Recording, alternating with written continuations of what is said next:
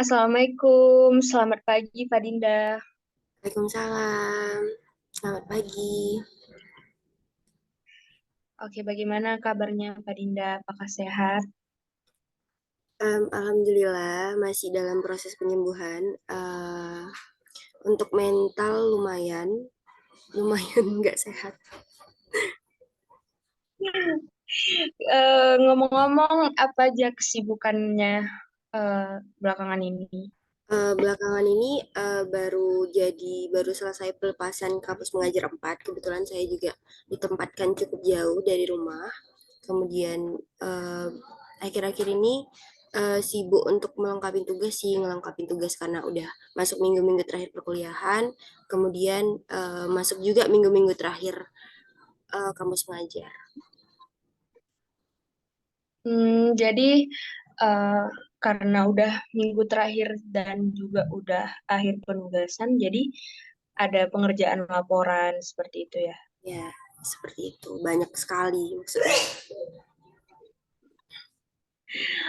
Oke, nah sebelumnya di sini saya mau menjelaskan terlebih dahulu tentang kontrak konseling kita. Nah, jadi kita konseling ini juga ada pembatasan waktu.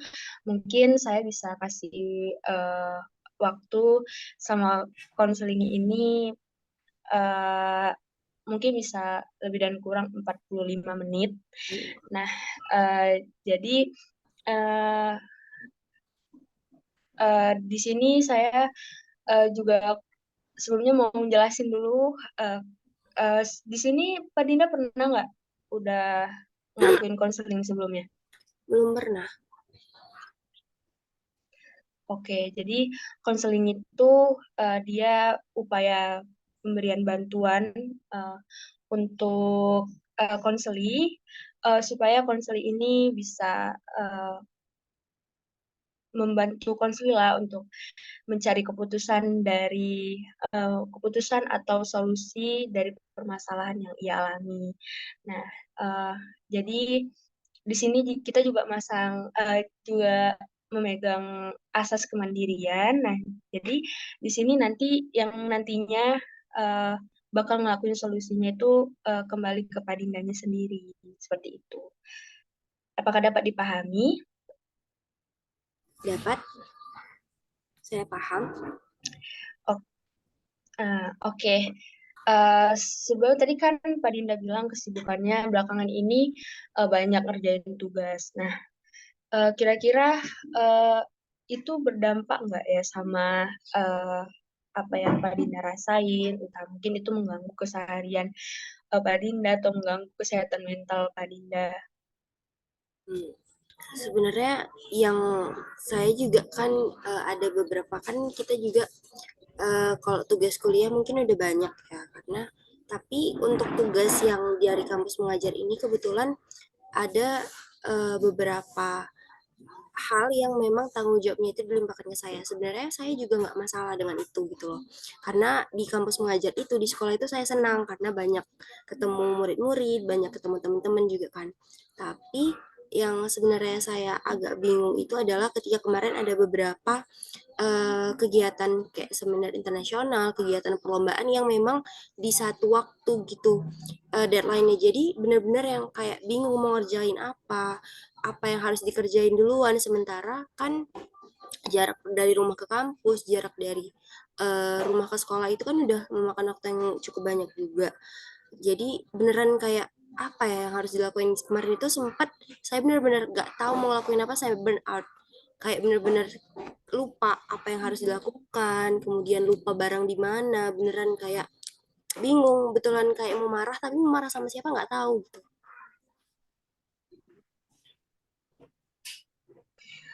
Oh, berarti udah sempat brown out juga ya Pak Dinda ya? Udah sempat beberapa hari sih sebenarnya nggak lama beratnya juga saya juga di situ masih bisa menghandle tapi eh, cara pas ngelewatinnya itu memang kayak karena memang benar-benar dihantam sama semua tugas gitu loh, kayak nggak dikasih jeda untuk istirahat, nggak dikasih jeda untuk bernafas. Kalau bisa bisa dibilang gitu ya bisa sebenarnya, karena memang tanggung jawab untuk mengerjakan semua itu lumayan besar ya. Dimana kalau misalnya ngurusin seminar internasional, ngurusin data-data uang orang, kemudian KM juga ngurusin bagaimana program-program kerja yang akan dilakukan gitu kan. Kemudian di kuliah juga kita nggak lupa sama tugas-tugas rutin, tugas-tugas ngetik buku, tugas-tugas jurnal, seperti itu sih. Kalau boleh tahu itu tugasnya tugas kelompok atau tugas individu? Rata-rata sebenarnya yang kemarin itu kayak lomba, lomba itu kelompok. Untuk seminar internasional itu ada tanggung jawab individu. Kemudian kalau misalnya program-program dari kampus mengajar itu kelompok, tapi juga ada beberapa tugas yang dibagikan ke individu.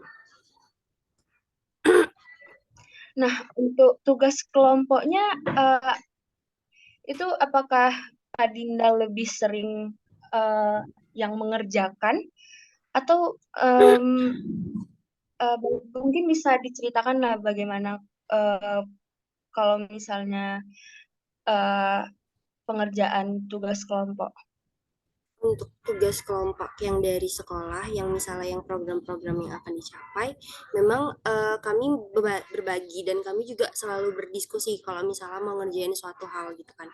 Nggak, memang nggak ditimpakan ke saya sendiri gitu kan, tapi mungkin saya adalah orang yang selalu mengcover mengcover misalnya Hmm, misalnya ada beberapa rekan yang nggak bisa, ataupun ada pekerjaan yang cukup sulit, itu memang saya yang mengcover gitu loh, karena kebetulan dua teman saya itu kurang pandai dalam teknologi, kurang pandai dalam desain sebenarnya.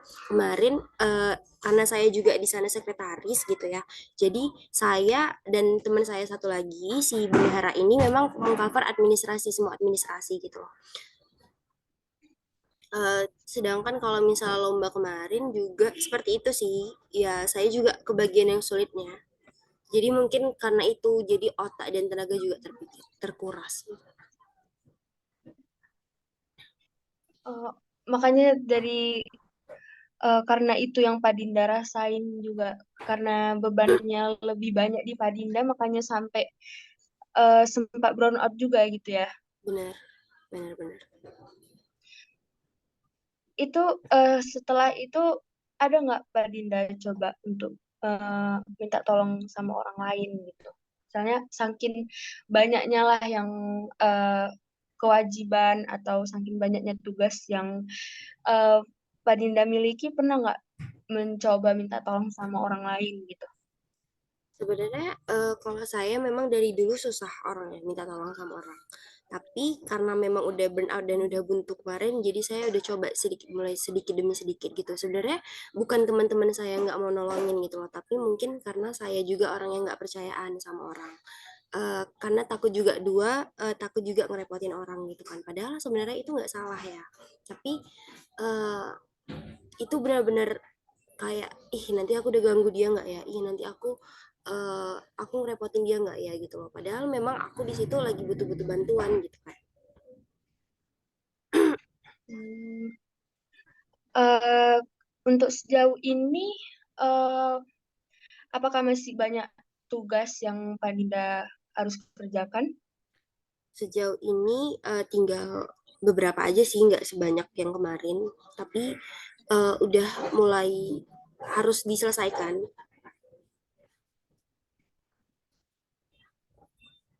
eh Kalau misalnya Panida udah kayak mulai merasa capek nih gitu sama apa yang tugas-tugas yang harus dikerjakan. Nah, gitu sampai itu tuh udah sampai kayak kemarin kan udah sempat brown out juga kan. Nah, itu kira-kira apa solusi yang udah Padinda coba?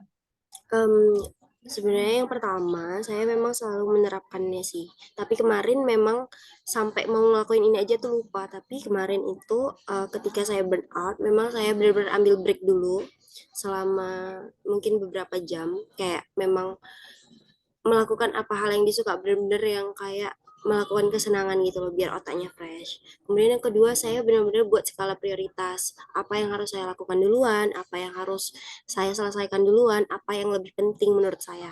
Kemudian yang ketiga, saya benar-benar mulai mempercayai orang lain dalam rangka tugas. Jadi saya sadar bahwa saya itu nggak bisa melakukannya sendiri. Nah, solusi yang paling penting menurut saya itu adalah saya mengungkapkan emosi yang saya rasakan. Karena mungkin nggak secara nggak sadar nih saya mendem, saya kesel sama diri saya kesel sama orang lain kenapa mereka itu nggak dapat tugas sebanyak saya gitu kan.